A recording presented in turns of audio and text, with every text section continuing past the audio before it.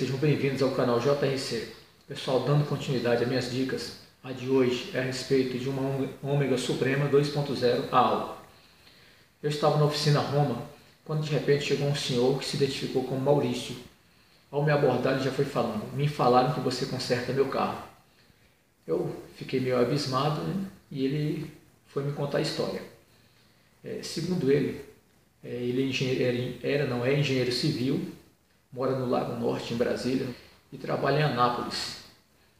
E segundo ele, o veículo dele, de um certo tempo, passou a dar defeito. Não pegava mais na partida pela manhã, depois de alguns reparos que ele andou fazendo. E diz ele que já tinha levado o veículo em várias oficinas e não tinha jeito, não encontravam o defeito. O último que mexeu no carro foi honesto com ele. Levou num setor de oficinas conhecido como Sofsul em Brasília, e o dono, depois de 3 semanas de fazer várias intervenções, o chamou e disse: leve o seu carro que eu não consigo consertá-lo.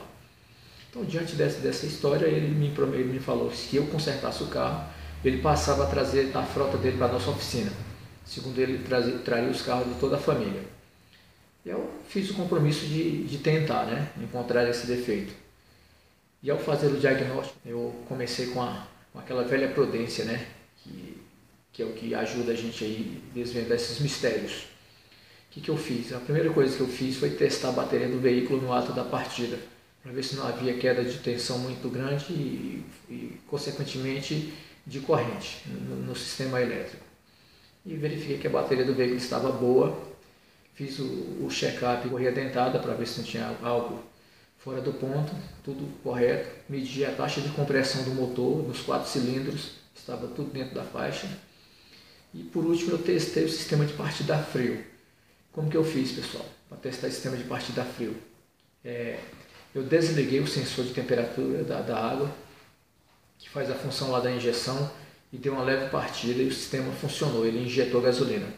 Ou seja, estava todo o sistema trabalhando ok, dependendo apenas da temperatura, atingir a temperatura de partida a frio. Descartei o defeito no sistema de partida a frio e fui fazer outras verificações no veículo. O que pode estar afetando o carro para o carro não pegar, a gente supõe, E dentro dessas suposições eu pensei na bobina de ignição. E eu fui na bobina de ignição, verifiquei e percebi algo estranho. Eu percebi que houve uma intervenção na bobina.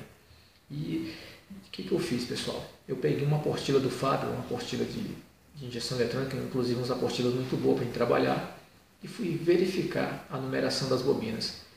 E descobri que a bobina do carro do senhor estava errada. O carro dele, como já foi dito, a álcool, estava com a bobina de carro a gasolina. Fui verificar os valores de resistência dos circuitos primários e secundários, correspondente ao veículo a gasolina e ao veículo a álcool. A bobina de ignição do veículo a álcool tinha uma resistência bem maior do que o do carro a gasolina, o que demanda um valor de corrente muito maior nessa bobina. Ou seja, a bobina a gasolina é deficiente no carro a álcool, ela não dava conta de jogar essa centelha toda que o veículo precisava. Diante desta afirmativa, eu contatei o cliente, seu Maurício, e informei para ele que o carro dele estava com uma peça errada.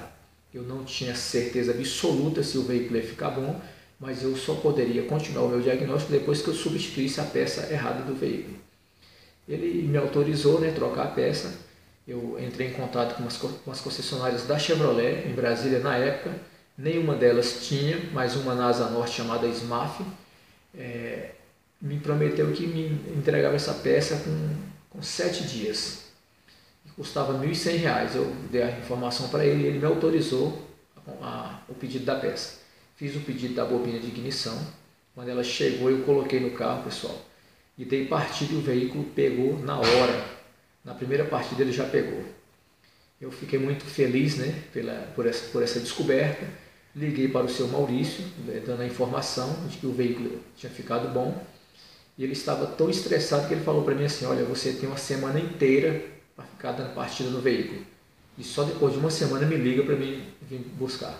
E assim eu fiz, dei partida durante os 6 dias aí da semana. No sábado ele compareceu, a gente testou, ele confirmou que o veículo estava bom e levou. E de fato aí ele cumpriu com a promessa, passou a ser nosso cliente passou a trazer os veículos dele e da família para a nossa oficina e virou um cliente fiel aí nosso. Pessoal, o que é que eu tiro disso? O que é que a gente pode tirar disso? Defeito colocado, né? Ele, nesse curso dele de fazer revisões, talvez até mesmo na tentativa já de achar esse defeito, que o veículo tinha dificuldade de pegar, alguém colocou mais um defeito. Aí eu não posso condenar ninguém, mas assim, a gente imagina o que pode ocorrer. Uma coisa muito recorrente, que às vezes não é nem culpa do mecânico, né? Às vezes o mecânico é desatento, porque se eu vou trocar uma peça de um veículo, eu tenho que verificar a numeração da peça, se ela está normal para aquele tipo de veículo. Mas assim, o que eu quero falar é o seguinte, às vezes o próprio vendedor, ele imagina na mente dele, ele não é técnico, mas ele tem na impressão dele que aquela peça substitui a outra, às vezes só por parecer, só pela a forma física da peça parecer com a outra, ele acha que ela funciona, e não é assim, pessoal. Então eu falo para vocês para ficar atento a isso, né? Toda vez que for trocar uma peça de um veículo, ficar atento com a numeração da peça nova com relação à peça velha e até a própria peça velha para ver se de fato ela também estava correta no local. O certo seria verificar o catálogo de peça com as características do veículo aí para o sistema, ok? Pessoal, essa foi mais uma dica aí do Jacozinho, espero que vocês tenham gostado aí. Isso vai servir aí de experiência, né? É um caso antigo, mas é um caso muito técnico. Um abraço a todos aí e tenham uma boa noite, ok?